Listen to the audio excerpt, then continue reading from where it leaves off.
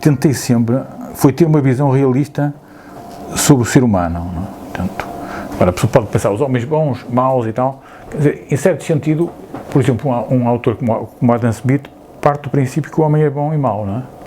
Então como é que eu vou corrigir, como é que eu vou permitir que a parte, o lado bom, possa se sobrepor ao lado mau, não é? Então, fazer isso não através da autoridade, mas através de regras de jogo, de tal maneira que eu, no meu próprio interesse, sirva às outras pessoas, não é? E uma das bases disso é a concorrência, não é? Portanto, muitos daqueles autores, nomeadamente o Ferguson, o David Hume, são autores que situam-se. Há aqueles que defendem que o homem é bom, tipo Rousseau. Aliás, em grande sentido, a esquerda apoia-se no Rousseau, a ideia que o homem é bom. Portanto, as instituições, a propriedade privada, o casamento, isso é que são as coisas más e que eu tenho que arrumar para regressar a uma sociedade. Ou um tipo como o Hobbes, que, embora seja inglês, quer dizer, é um tipo conservador, mas no sentido em que defende um Estado. Repara, como ele parte do princípio que o homem é mau, o homem é lobo do homem, cada um é um sacana, não é? Como é que eu vou meter na ordem, vou criar uma ordem com tipos que são maus, que são lobo do homem, criando uma entidade que está acima deles, que ainda é pior que eles, que é o Estado, quer dizer, por isso é que ele chamou o Estado de Leviatã, que era um monstro bíblico. Portanto, o Leviatã é um mal que é necessário para eu criar ordem numa sociedade. Portanto, isso no fundo tem a ver com mais uma postura conservadora, não é? Portanto, ao Adam Smith, o Ferguson e tal, o David Hume fazem parte de uma tradição que está entre essas duas coisas, que é a parte do princípio que o homem é bom e é mau, e agora como é que eu vou fazer com que venha ao de cima, na medida do possível, ou seja, eu não posso acabar com a corrupção, eu não posso acabar, portanto, com o roubo, eu não posso, mas eu posso limitar, através de regras de jogo, posso limitar isso, não é? Eu costumo dar um exemplo em ética, que aliás é dado noutras, que vamos imaginar que um pai tem 2 filhos, ou 2 filhas, ou um filho e uma filha, tem uma tablete de chocolate para partir pelos 2, não é? Então, o pai sabe que partir a tablete é muito difícil, partir a meio, mesmo uma tablete. Cada um dos filhos são 2 sacanas, quer dizer, dão-se como irmãos, que era uma parte maior da tableta. Quer dizer, o que é que a pessoa deve fazer para não ter que intervir, não ter que criar, é criar uma regra, por exemplo, que um é o primeiro a partir, o outro é o primeiro a escolher, não é? Fazendo isso, quer dizer, são regras que fazem com que, mesmo um tipo sacana, no seu próprio interesse, tenha que procurar ser o mais imparcial possível. Portanto, isto aqui é para dizer que é muito importante partir de uma visão realista sobre o que é o ser humano, e é importante partir de uma visão realista sobre o que é a realidade económica, social, política e tal. Então, e neste sentido, eu, normalmente, aquilo que faço, procuro sempre fugir a coisas manicaístas, que é bem e mau, bons e tal, pretos ou brancos, portanto, procuro sempre introduzir uma terceira dimensão, porque essa terceira dimensão introduz uma totalidade, mas ao mesmo tempo não fica dependente, obriga à tal visão triangular, não é? Portanto, depois a pessoa pode ter triângulos de vários lados, equilibres, não sei o quê, mas respeito quase que no ser humano 180, que é o somatório de 180 graus e tal, mas que aquilo possa haver equilíbrios diferentes entre sociedade civil, economia de mercado e Estado, não é? Sistema económico, sistema político, e o decisivo é parte do sistema ético-cultural, é isso que vai determinar os outros dois, não é? Se a pessoa quiser lixo, é para as pessoas. O mercado económico vai dar lixo e o mercado político vai dar lixo, não é? Portanto, e a pessoa não pode queixar-se. Portanto, e nesse sentido, se calhar, outra coisa que também é muito importante, para a pessoa tratar da ética, vamos imaginar que a ética ligada à biologia, ou a ética ligada à engenharia, ou à economia, para a pessoa tratar da ética tem que saber a área do que está a tratar, não, não pode estar agora tipos que são de, embora também seja de filosofia, mas basicamente que é de sociologia, ou não sei o que, agora estar a falar sobre medidas económicas, não sei o que, assim a pessoa saber como é que funciona. A primeira coisa muito importante, quando eu falo, é que, em rigor, não há problemas fiscais, não há problemas económicos, não há problemas... Quer dizer, para um tipo de aulas tem que... Aquilo que os franceses diziam, distinguir para unir, não é? Portanto, o que acontece é que há problemas humanos, e todos os problemas humanos são multidimensionais, são pluridimensionais, podem ser olhados de vários lados. Cada um dos lados pode ser sujeito a uma análise específica, até pode ter um relatório por trás. Vamos imaginar que a pessoa quer construir um aeroporto no Montijo, ou não sei onde e tal, ou uma ponte, não sei o quê, ou a pessoa quer mudar de emprego, não é? Agora escolher, por exemplo, a pessoa fazer parte ou não do instituto e tal. Quando a pessoa olha para uma coisa dessas, tem que considerar vários lados, não é? E cada um desses lados pode implicar um juízo ético, um juízo social, um juízo político, um juízo económico, um juízo estético, um juízo financeiro, portanto. Mas quando eu tomo a decisão, eu tenho que ser capaz de integrar essas diversas... Ou seja, a ética que tem que ser um aspecto do problema, não é? Não pode fazer uma coisa exclusivamente ética, ou exclusivamente ecológica, ou exclusiva... Portanto, não pode ser. Portanto, então isso é inseparável. Agora, sei lá, a pandemia, a pessoa via que aquilo não é um problema... não é um problema de saúde, não é? Aliás, mesmo olhando para a saúde, aquilo são vários problemas de saúde, quer dizer, de prevenção, não sei o quê. E aquilo está ligado com outras coisas adjacentes. Portanto, quando eu tomo uma decisão, tenho que integrar essas diversas... Isso implica ser capaz de decidir, não é? Portanto, quando a pessoa olha para... No ser humano, há uma dimensão teorética que tem a ver com pensar em várias hipóteses. Vamos imaginar, eu costumo dar um exemplo, no fim do ano as pessoas têm que fazer uma viagem de curso. Então posso passar uma viagem de curso e ir ao Brasil, ou à Bulgária, ou à Hungria, ou à Austrália, então a pessoa pode pensar em várias... Então, é uma abordagem teorética, várias hipóteses. E a seguir a isso, eu tenho que decidir, não é? Que decidir é matar todas aquelas hipóteses, menos uma, não é? Se escolhes, matas, se não escolhes, morres. Não é? Quem casa não pensa, e quem pensa não casa, não é? Portanto, não, quero dizer é que eu tenho que deixar de pensar, não é? Se eu permanecer na parte teorética, eu nunca vou decidir, não é? Decidir é como se eu desse um salto no escuro, tenho que passar do pensar. Quer dizer, isso faz com que muitos tipos que são bons alunos na universidade, que têm média 16, 17, não sei o quê, podem ser muito maus a decidir, não é? Porque o tipo ser muito bom do ponto de vista teórico, não é? Aliás, mesmo em Portugal, alguns ministros, não vou lá estar aqui a dizer o nome, mas que eram muito bons alunos e tal, não chegaram a lado nenhum, não é? Portanto, porque a pessoa tem mais dificuldade, da mesma maneira que dificilmente um médico que foi um craque na universidade é bom cirurgião, não é? Um tipo tem que cortar, não é? Então ali a pessoa, portanto, pode ter escrúpulos, ou não sei o que, eu achar que ainda vai consultar e tal, e não vai decidir, não é? Quer dizer, isso tem a ver com a dimensão praxis, tem a ver com decidir. Uma é teórica, é o saber, conhecer, portanto, um plano de conhecer, outra tem a ver com o plano de decidir, e outra tem a ver com o plano de fazer, não é? Eu posso produzir coisas tangíveis, ferramentas, tal, computadores e tal, ou fazer coisas intangíveis. Essas coisas intangíveis, no computador também há o hardware e o software. É como se fosse software, mitologia, coisas, linguagem, tal, poesia. Aliás, os gregos dividiam entre poesis, que era produzir coisas intangíveis, e techne, que era produzir coisas que implicavam técnica, que podia, portanto. Então o que é que acontece? No decidir, quer dizer, que é a terceira dimensão, o que é mais importante, portanto, porque eu decido produzir sapatos em vez de produzir não sei o quê. Quer dizer, a decisão que eu tomo, ela vai ter implicações em que eu vou ter sucesso ou vou ter insucesso. Quer dizer, eu escolhi mal o curso, ou escolhi, na base, a primeira coisa verdadeiramente humana é a capacidade de decisão. Ou seja, o que eu conheço deve estar ao serviço de uma boa decisão, deve ajudar, sustentar uma boa decisão. E essa decisão depois tem implicações que eu vou fazer, não é? Executar. Portanto, mas executar, o que é que acontece? Normalmente a pessoa pensa na prática como executar, fazer, não é? Quando, em sentido estrito, o centro está na decisão. É isso que faz com que a pessoa possa ter sucesso ou não ter sucesso. Portanto, e quando numa sociedade, uma ordem política impede que a pessoa tome boas decisões, não é? Portanto, isso vai afetar todo o resto.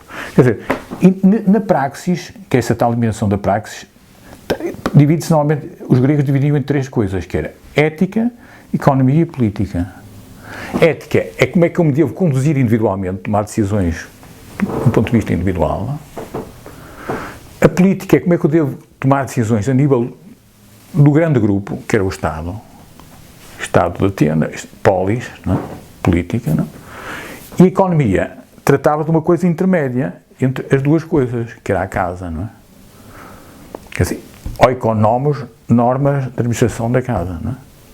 Portanto, a casa era uma coisa que na cidade estava entre o indivíduo e a tanto.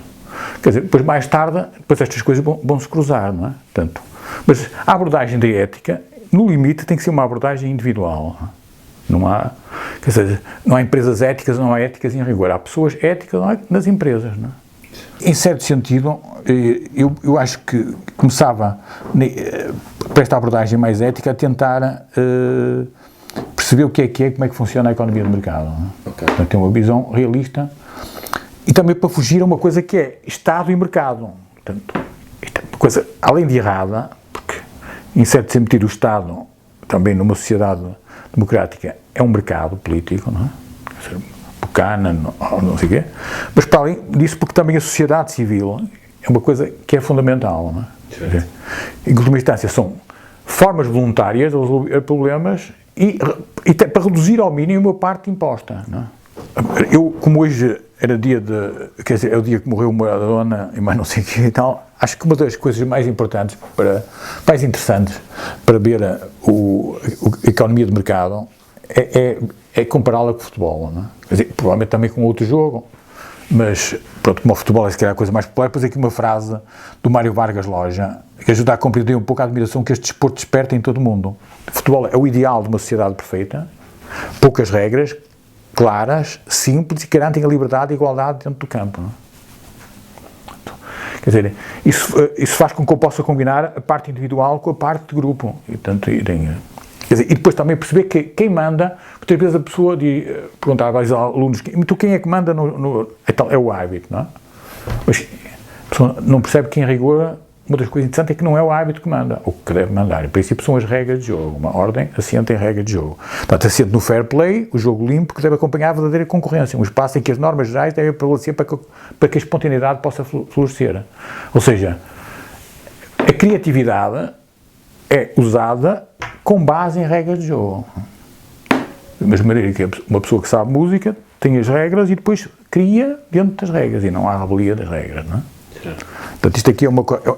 No fundo, foi isso que o Hayek chamou ordem espontânea, não é? Portanto, que é.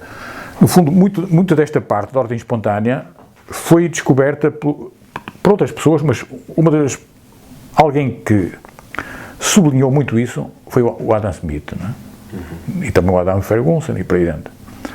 Como ordem intermédia entre o natural e o artificial, não é? Entre uma ordem construída, porque, repara, ele viveu num período de mercantilismo, em que o Estado era dono e senhor de tudo, controlava tudo, manipulava tudo, criava regras, portanto, então, ele viu-se obrigado a tentar mostrar que uma boa ordem devia privilegiar não os produtores e a cumplicidade entre os produtores e o poder político, entre o poder económico e o poder político, mas o cidadão, não é? Portanto, uma das coisas que eu falava era a pessoa, se precisar de obras em casa, se quiser ter obras minimamente bem feitas, tem que ter uma pessoa clandestinamente para poder ter essas obras, não é? Saindo fora de não sei quantos. Mas ao mesmo tempo a pessoa também dizia que, no fundo, negociantes ou industriais se juntarem, portanto, é para prejudicar. Portanto, isto aqui tem uma visão de um tipo, quer dizer, que conhecia o ser humano, não é? Portanto, aliás, em certo sentido, a obra dele é também uma obra de psicologia, quer dizer, de visão, tanto. Uma das coisas que a Escola de Salamanca, que normalmente é bastante valorizada, fez, foi tentar mostrar que o preço justo não era determinada pela autoridade, portanto começam as descobertas, isto e aquilo, então, a pessoa perceber, e também eles, muitos deles, além de teólogos, juristas, confessavam também pessoas, negociantes e tal. Portanto, ao confessar, tinham que estar a decidir como é que um tipo faz isto, como é que faz aquilo. Então as pessoas viram que o preço justo, a justiça não está no preço, melhor dizendo, está na forma como eu chego ao preço. A ausência de fraude, de engano, não sei o quê. Quer dizer, um ambiente, quer dizer, eu vou almoçar ou jantar a um centro comercial, então eu posso almoçar por 6 euros, por 7 euros, por 60 euros, por 40 euros, todos aqueles preços podem ser justos, desde que sejam na ausência de fraude, de engano, não sei quanto. O que é que acontece é que, normalmente as pessoas têm a ideia de que devia haver uma relação entre o resultado e o esforço que a pessoa fez. Portanto, as pessoas esforçam muito, falhou várias bolas, e depois outra equipa vai à baliza, mete um golo e perde por 1-0, não é? Ou neste caso, se calhar empatou, não é? Portanto, a pessoa liga, é uma espécie com... Quer dizer, por exemplo, a pessoa podia dizer, o resultado não é merecido, porque a pessoa realmente esforçou-se muito, não merecia perder, não é? Mas outra coisa é se é justo ou se não é justo, não é? Mas na vida, não é só no futebol, na vida poucas vezes há relação entre uma coisa e a outra, não é? Portanto, quer dizer, normalmente uma rapariga não escolhe o namorado, ou o namorado não escolhe, para a pessoa que se esforçou mais, que suou mais, quer dizer, não sei. Ou provavelmente quem vai ganhar na vacina não vai ser quem se calhar fez mais, empregou mais dinheiro, se esforçou mais, não sei o quê, tanto. Isto tem que ver com outro aspecto que é muito importante na vida, não é? Ora bem, quer dizer, e há também uma coisa que, por exemplo, no futebol, eu às vezes costumo dizer, vamos imaginar que se a pessoa quisesse ver pelo mérito, pelo esforço, o que suou, a pessoa no fim do jogo, se calhar somava o suor de uma equipa, encheu 2 baldes de suor, quer dizer, ou uma ganhava 2-1, não sei tanto. Mas amanhã o que é que a pessoa fazia? Isto transporte para o mercado. Ia ter que pagar as pessoas que suaram mais, mesmo que não... Quer dizer, a namorada ia ter que escolher o tipo que suava mais, não sei tanto. Se calhar para adiante, não é? Não, eu normalmente uso estes exemplos mais de nível amoroso e tal, para as pessoas terem conta de... Quer dizer, que aquilo não era... A pessoa não faz essa escolha, não é? Claro. Então, como é que quer depois que faça? Portanto, embora a pessoa, por exemplo, hoje se calhar quer despachar o namorado ou despachar não sei o quê, quer ter liberdade para fazer o que quiser. Mas depois no mercado não dá liberdade para que a pessoa possa despedir, portanto, tem que ser uma visão dualista do comportamento humano. Portanto, eu costumo dizer, isto é quase como, era como se a pessoa chegasse ao Everest, houvesse uma coisa para ver quem é que chega primeiro ao Everest, não é? Ou à Lua. Quer dizer, a questão não está em quem se esforçou mais, mas quem chegou em primeiro lugar, não é? Claro. Quer dizer, isso depois tem uma série de... se calhar não era merecido, pode até parecer injusto, entre aspas, mas isso beneficia o conjunto da sociedade, que é paga por serviço prestado, não é? E não por coisas que eu não podia saber, se a pessoa se esforçou muito, se não sei o quê, se teve problemas não sei de quantos, então amanhã tenho que passar uma série de atestados médicos, não sei quantos e tal, e então pagar mais ao tipo que não fez nada, mas que tem, tanto. Então, como é que funciona a economia de mercado? Portanto, acho que uma das coisas que é importante,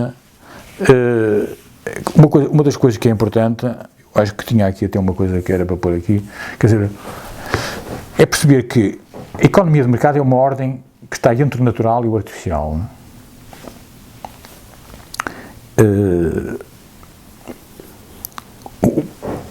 Se a pessoa olhar para os gregos, para a Grécia Antiga, na Grécia eles já dividiam os fenómenos em 2 tipos de fenómenos.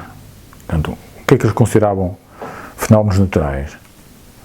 Que em parte deu as ciências naturais. São fenómenos que não dependem da vontade do homem. Não é?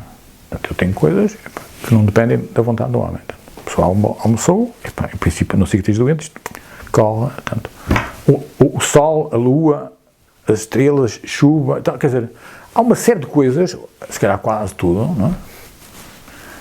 que são fenómenos naturais. Que se dão independente da vontade do homem. Não é? Depois, há fenómenos que resultam da vontade do homem. Portanto, eles consideravam a política também como dependente da vontade do homem. Quer dizer, tudo, o artesanato, em certo sentido, era isso que a pessoa moldava e tal. Então, quer dizer, uma das coisas que a pessoa então pode pensar é o seguinte, quer dizer, sendo assim, quer dizer, uma economia de mercado é uma ordem natural ou é uma ordem artificial, não é? Portanto, a pessoa, sei lá, vamos imaginar, as ações da SONAI sobem, ou não sei o quê, ou as do BCP descem, então, portanto, quer dizer, durante o dia, portanto, isto é uma coisa natural ou é artificial, não é? Portanto, uma das coisas interessantes é que o Adam Smith, e em parte o Adam Fagunça, gente daquela altura, do chamado iluminismo escocês, descobriu que há um terceiro conjunto de fenómenos que são em parte naturais, em parte artificiais, que estão na base da criação da civilização, não é? A moral, a língua, não sei o quê, tal.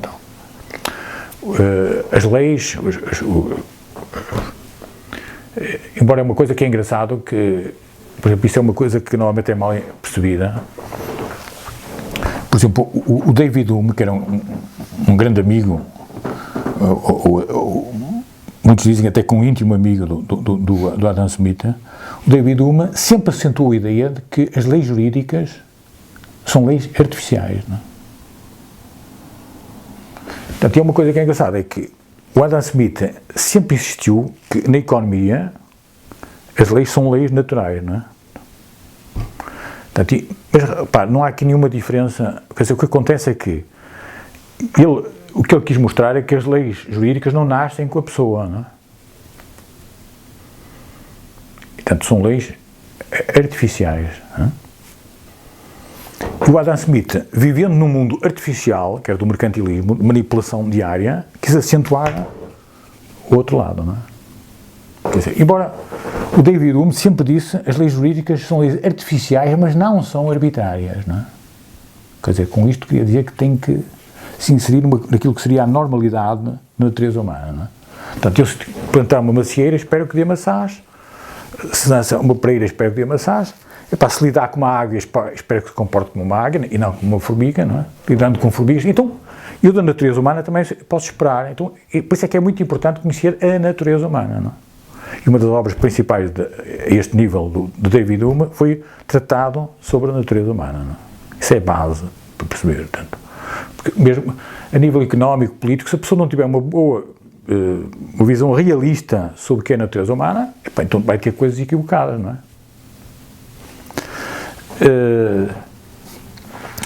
Mas no caso do Adam Smith, por isso aqui entre o natural e o artificial. Mas eu tinha posto aqui uma coisa do Adam Smith, que é: o mercado não é natural no sentido de poder funcionar sem que haja pré-requisitos de caráter ético e jurídico, não é? Portanto, para o mercado funcionar, o homem tem que renunciar à violência e submeter-se a regras que asseguram a paz, a liberdade, a justiça. O mercado é o contrário da selva, é a liberdade, a igualdade jurídica e negociação pacífica, não é? Portanto, no fundo nem é a lei da selva, não é uma sociedade completamente natural, no sentido do Rousseau, não é? Mas também não é uma sociedade produto da razão, não é? Portanto, é uma espécie de razão limitada, não? Um racionalismo limitado, não é? Portanto, eu tinha posto aqui, o mercado só pôde nascer porque houve uma certa estabilidade jurídica e só a consolidação dessa estabilidade permitiu o seu desenvolvimento. Portanto, entre o natural e o artificial. Portanto, nem é completamente natural, também não é completamente artificial. Então, distancia-se dessa. Portanto, natural no sentido de instinto, violência, quer dizer, está entre o instinto e a razão, não é? Embora não anula as duas coisas, não é? Não é um entre, não. Isso aí é que mais está a regra de jogo da tablete de chocolate. O que é que ela faz? Modera, civiliza o instinto e a razão, não é? Se em cada momento da história humana eu dispensasse aquilo que algumas certas elites consideravam artificial, então parava a civilização, porque muitas das coisas foram tal, portanto, não tem. Portanto, isto aqui tem a ver com outras coisas, esperar, ver-se não sei o quê, tem a ver com outras coisas. Bem, homem natural e homem artificial, aqui jogava com isto, capitalismo, economia de mercado e cataláxia. Quer dizer, alguns economistas, um deles foi o Hayek, mas não foi o único, defenderam que a pessoa, em vez de usar o termo capitalista, ou capitalismo, porque induzia a pensar que o sistema defendia as pessoas ricas, não é? Quando, por ter capital. Capital ao serviço dos capitalistas, não é? ou economia de mercado, quer dizer, mas a economia de mercado depois é uma coisa que é fácil, é difícil de adjetivar. Eles achavam que a pessoa devia usar a palavra catalaxia, não é? Que é uma palavra grega, de origem grega, e essa palavra significa não apenas trocar, mas também receber em comunidade e transformar um inimigo num amigo, não é? Isso é muito aquilo que faz o mercado. Basta ver zonas de conflito, de guerra, tanto o tipo que é comerciante é o primeiro tipo a querer vender também mais coisas e tal. E portanto, isso afasta da ideia de defender. Às vezes, quando o capitalismo surgiu, vamos imaginar, aparece depois da Revolução Industrial a eliminação, a luz elétrica, não é? Então a pessoa pode pensar, isto é uma coisa que favoreceu os capitalistas, ou até os tipos ricos. Não, quer dizer, os tipos que tinham dinheiro, esses tipos tinham uma eliminação na base de azeite, na base de não sei quantos, portanto, várias coisas, que eliminava, portanto, até tinha uma coisa romântica muito superior quer dizer, aquilo que permitiu foi que milhares de pessoas, milhões de pessoas mais tarde pudessem ter também luz, porque não tinham, sem ter que ter criado, sem ter que isto, não tinham condições para isso, não é? Agora, provavelmente até foi uma desvantagem, até foi uma coisa menos interessante.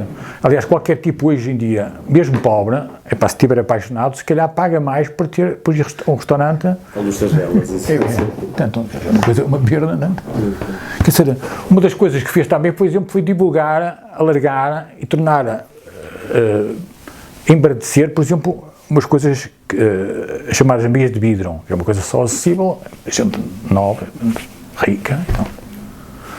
Isso possibilitou que aquilo passasse a uma coisa tão barata que hoje, se calhar, as meninas bem já nem querem meias, não sei. Portanto, mas o que acontece é que o termo e tal induzia ao ataque ao capitalismo e tal. Portanto, então, daí pronto, eu pus aqui, portanto, o Hayek também falava muitas vezes assim, chamava aquilo que o Popper chamava sociedade aberta, ou grande sociedade, como em parte chamava o Adam Smith, ele normalmente preferia o termo ordem alargada da cooperação humana, não é? Portanto, que é o tal assento da cooperação, não é? O ordem alargada da interação humana, de perceber essa tal interação humana, não é? Portanto, é uma interação baseada em regras de jogo, não é? Quer dizer, o mais do que considerar isto porque é preto ou é branco ou não sei o quê, é a pessoa aceitar ou não aceitar regras de jogo, não é? E não criar exceções a isso, não é? Pronto, eu às vezes costumava dizer, uma mulher que vende bananas aí na rua sabe melhor a quantidade de bananas e qualidade de bananas que há de comprar que o melhor prémio Nobel da Economia, não é? Quer dizer, isto para quê? Para explicitar, é mais uma vez aquilo que dissemos logo no princípio. O saber teórico é um saber sobre a prática, não é?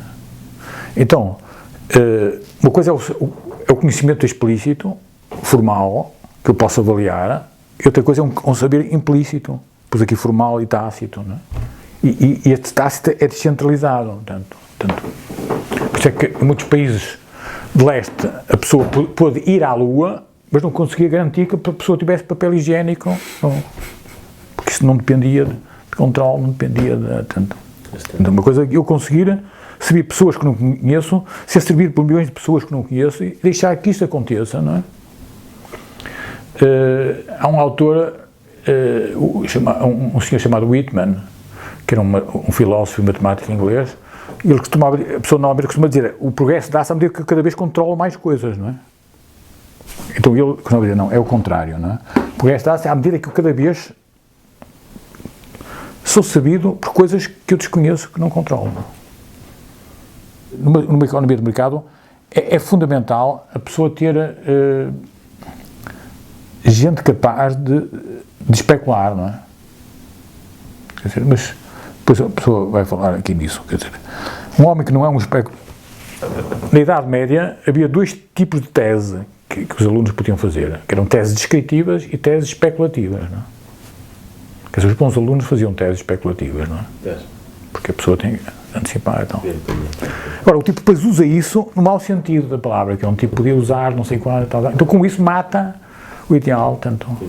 Quer dizer, repara, a pessoa especular com isto, que vai não sei o quê e tal, tanto, quer dizer, repara, que quem, numa visão religiosa, um tipo desta para melhor, é um risco como uma pessoa mudar não sei de quê, não é? Um risco maior, um sítio que a pessoa não sabe, e ali também será, tanto. É um risco que a pessoa não pode fazer sem fé, não sei tanto. Claro. Quer dizer, seja fé nisto, naquilo, naquilo, mas quer dizer, na primeira quando tipo, não vai ver um estádio de futebol e pagar, não sei o que, se não tiver fé, do que vai, tanto. Anular isto é não perceber, quer dizer, o que é a realidade humana, o que é o ser humano, então, tanto. E é um tipo, então, predispor-se a entregar isso à primeira coisa que apareça, não sei, tá? Pronto, se considerar as opções do mercado e tal, espécies de taxas de juros mais altas, há que dar notícia, não apenas psicológica, qualquer pessoa que saiba melhor que os mercados, o que vai acontecer, acabará rico. Portanto, é para dizer que a especulação que é essencial e que a pessoa, se a pessoa acha que as informações estão erradas, então especula contra não sei quantos e vai, tanto. Bem, regras de jogo e sinais confiáveis, mercados imperfeitos, parcialidade do bem. Portanto, isto aqui é uma coisa que também julgo que é importante perceber, que normalmente a pessoa considera que o mercado é imperfeito, então, como o mercado é imperfeito, tem que ser corrigido, não é? Então, normalmente entrega ao poder público, ao governo, é isso, não é? Portanto, agora, eu costumo dizer que, na verdade, o mercado é imperfeito porque é perfeitamente humano. Trabalha com pessoas imperfeitas, serve pessoas imperfeitas, portanto, trata com pessoas imperfeitas, quer dizer, perfeitamente humanas, não é? Exato. Mas isso é válido para o mercado económico como para o mercado político. E mais, essas imperfeições são mais difíceis de corrigir no mercado político que no mercado económico, não é? Portanto, os incentivos são diferentes. É evidente, e a pessoa é avaliada só de 4 anos, sabe que vai ser avaliada, não sei, tá.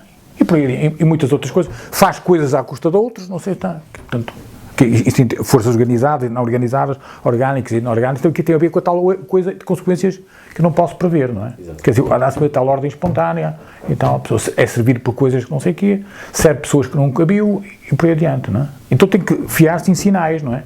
Sim. Que indicam o que é que a pessoa há de fazer, não é? Portanto, quer dizer, porque enquanto o preço, numa teoria do valor-trabalho, era uma medida do que se passou, porque a pessoa tem uns custos e o somatório disso dá um preço, não é?